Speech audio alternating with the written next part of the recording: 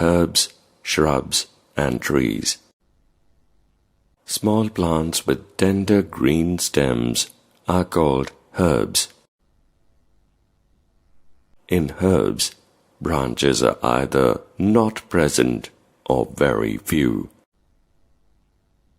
Examples are coriander, mustard, petunia, wheat, paddy, grass, mint, etc. Medium-sized plants with hard stems are called shrubs. In shrubs, branches are present, and these arise near the base of the plant. Examples are hibiscus, rose, lemon, China rose, etc.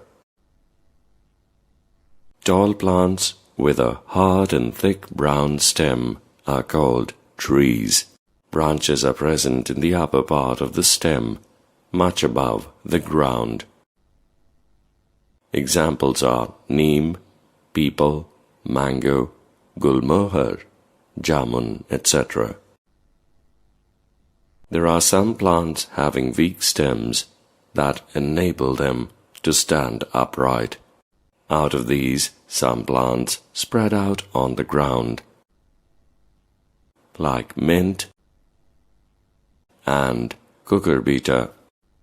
These are known as creepers. Others climb up with the help of a support. They are called climbers. For example, grapevine